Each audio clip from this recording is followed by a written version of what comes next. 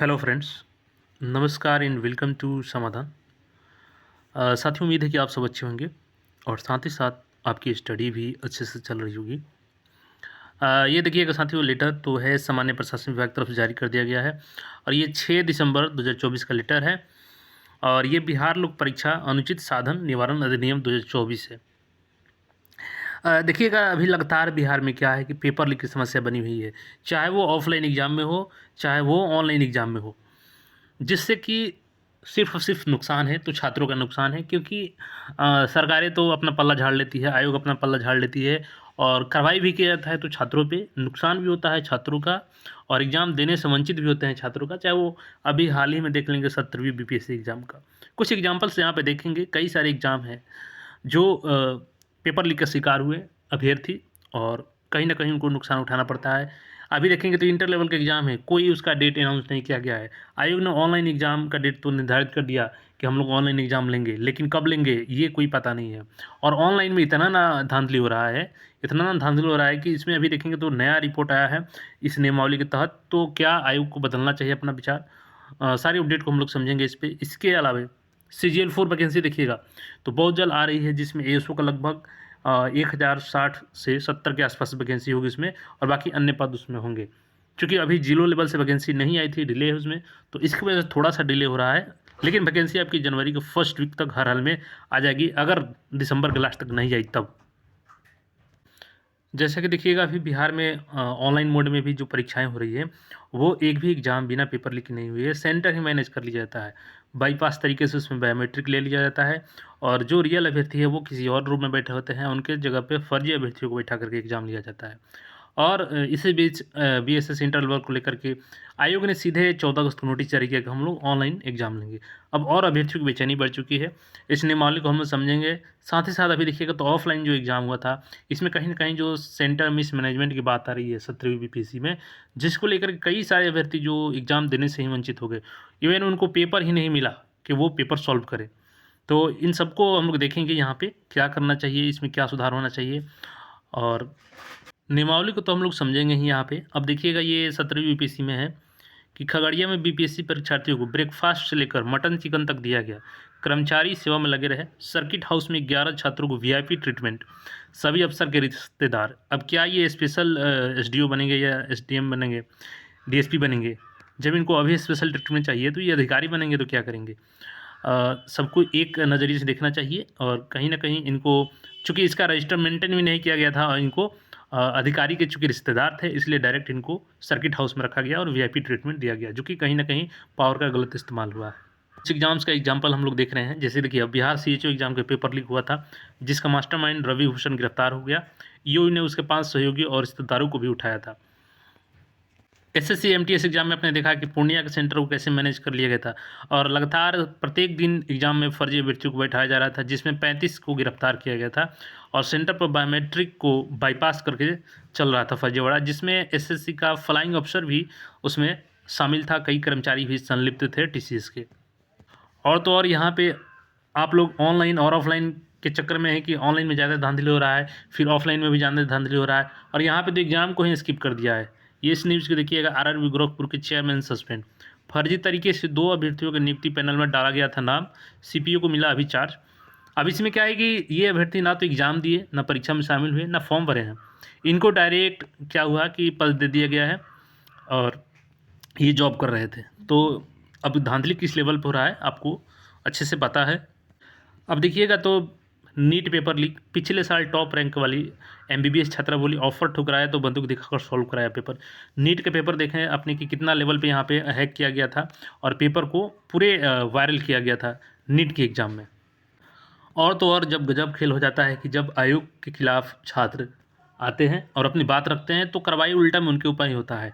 17वीं यहाँ पे देखिएगा पेपर लीक, बीपीएससी की 17वीं संयुक्त प्रारंभिक प्रतियोगिता परीक्षा के दौरान हंगामा करने वाले 60 से अधिक अभ्यर्थियों पर केस दर्ज किया गया है और इवन इनको ये कर दिया गया है कि आयोग बोला है कि हम सीधे इनको 5 साल के लिए आयोग के एग्जाम से डिवाइडेड करते हैं, तो ये तो कहीं के नहीं रह जाएंगे छात्र। और बापू परीक्षा केंद्र पर हंगामा हुआ था। मामले में दंडाधिकारी के बयान पर यह एक्शन लिया गया है। तो देख सकते हैं किस तरीके से पेपर लीक हुआ तो छात्रों का नुकसान हुआ। पेपर के खिलाफ लीक के खिलाफ आवाज़ उठाएंगे तो छात्रों पर एक्शन लिया जाएगा, उनको एग्जाम से डिवाइडेड कर दिया जाएगा। अब देखिए इसी को लेकर के नियमावली ये जारी की गई है। हालाँकि नियमावली का सही तरीके से इम्प्लीमेंट हो तब तो इस नियमावली का फ़ायदा होगा कोई। अगर इम्प्लीमेंट ही नहीं किया जाएगा, केवल नियमावली बना दिया जाएगा तो कोई फ़ायदा नहीं है इसका। देखिएगा यहाँ पे और कहीं न कहीं अब आयोग को विचार करना चाहिए, बिहार एसएससी आयोग को, कि ऑनलाइन में इतने लेवल पे धांधली हो रहे हैं। चूँकि सत्रहवीं यूपीएससी का अगर देखें हम लोग तो लगभग जो सेंटर थे सभी जगह पर एक सेंटर को केवल बापू जो परीक्षा परिसर था उसको छोड़ कर के सभी जगह परीक्षा अच्छे तरीके से हुए हैं, कहीं से कोई शिकायत नहीं थी। तो अब सवाल आता है कि क्या बिहार एसएससी आयोग को ऑफ़लाइन आना चाहिए? क्योंकि देखिए बिहार एसएससी के पास इतनी क्षमता नहीं है कि वो अपना एग्ज़ाम ऑफ़लाइन भी सही तरीके से एक साथ करा सके, तो ये फिर ऑनलाइन एग्ज़ाम कैसे कराएगी? चूँकि सेंट्रल लेवल के एग्ज़ाम हैक हो रहे हैं ऑनलाइन में, और अगर इंटर लेवल का जो भर्ती है वो ऑनलाइन ले ली जाती है, तो फिर कहीं न कहीं सीजीएल 4 पे संकट आ जाएगा और सीजीएल 4 को भी ऑनलाइन लेने के लिए विचार करेगी आयोग। तो आयोग को विचार करना चाहिए और पेपर को ऑफ़लाइन ही ले। अगर इतना ही सुधार करना है अभ्यर्थियों के हित में तो ये उनको पेपर दे एग्ज़ाम के बाद, कार्बन कॉपी दे मार्कशीट का। इसके अलावा आंसर की जारी करे, कट ऑफ जारी करे, तो तब तो वो छात्रों के हित में होगा। ऐसे केवल ऑनलाइन कर देने से ही कोई छात्र हित में फैसला नहीं हो जाता है। देखिएगा यहाँ पे अधिनियम के क्या नाम है, बिहार लोक परीक्षा अनुचित साधन निवारण अधिनियम 2024, बिहार अधिनियम 1624।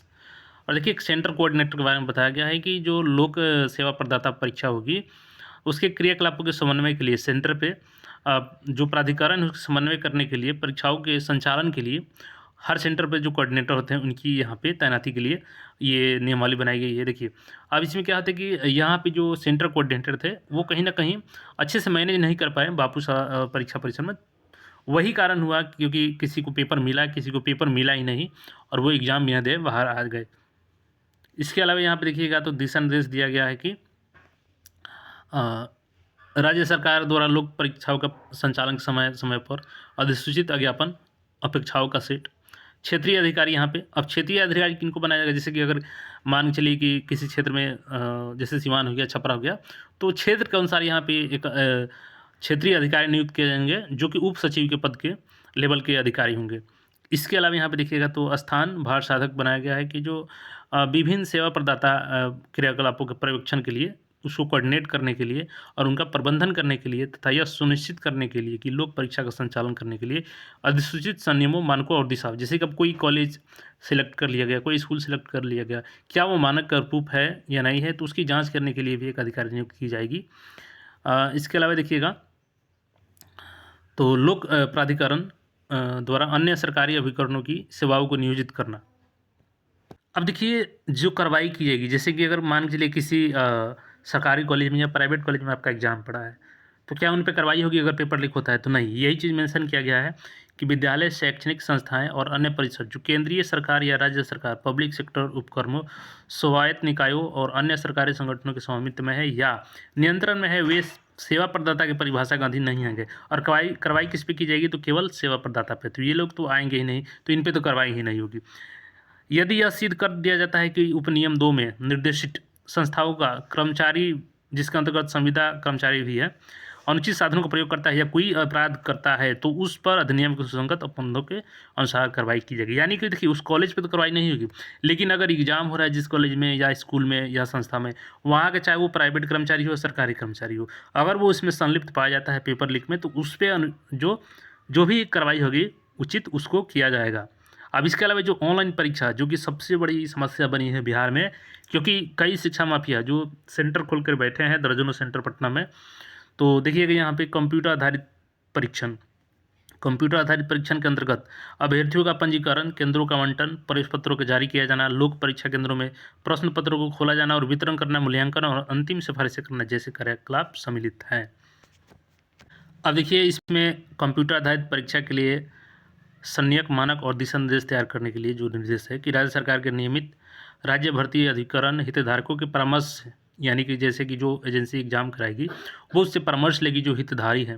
परीक्षा के कंप्यूटर आधारित परीक्षा रीति के लिए संनियम मानक, उसके मानक निर्धारित किए जाएंगे, दिशा निर्देश तैयार होगा और इसे राज्य सरकार द्वारा अधिसूचित भी किया जाएगा कि हाँ इस तरीके से एग्जाम होगी। और यहाँ पे देखिएगा तो सभी आयुक्त को टैग किया गया है, जिसमें देखिएगा सभी विभागाध्यक्ष हैं, सभी प्रमंडलीय आयुक्त हैं बिहार, सभी जिला अधिकारी हैं बिहार, बिहार विधानसभा, बिहार विधान परिषद, सचिव, बिहार लोक सेवा आयोग सचिव, बिहार कर्मचारी चयन आयोग सचिव, बिहार तकनीकी सेवा आयोग सचिव, बिहार राज्य विश्वविद्यालय सेवा आयोग सचिव, बिहार पुलिस अवर सेवा आयोग सचिव, केंद्रीय सिपाही चयन परिषद बिहार, महालेखागार बिहार पटना कुछ का, तो सभी को यहाँ पर टैग किया गया है। और देखिएगा तो यहाँ पर फॉर्मेट भी दिया गया है, जैसे कि कार्रवाई हेतु यहाँ पे फॉर्मेट है कि स्थान भार साधक द्वारा अनुचित साधनों या अपराध को रिपोर्ट करने के लिए, तो जो वहाँ के अधिकारी रहेंगे सेंटर के वो इस फॉर्मेट में शिकायत करेंगे।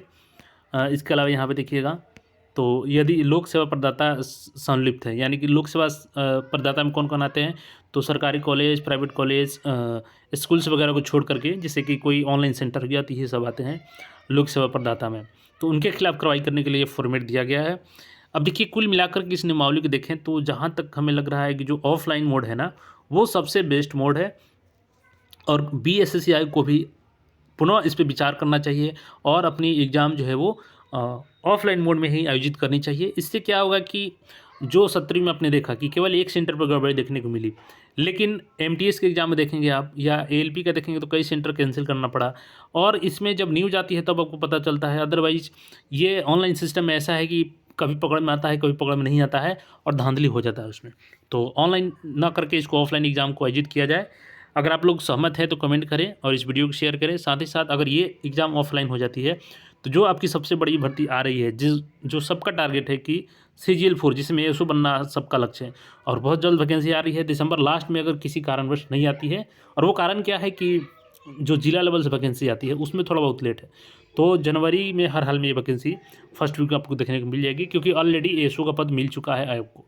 तो ज़्यादा देरी नहीं है इसमें। आपने देखा ना कि दरोगा का भी भर्ती एएसओ का आ गया, एएसआई स्टेनो का आ गया है, अब दरोगा की भी जल्द आएगी।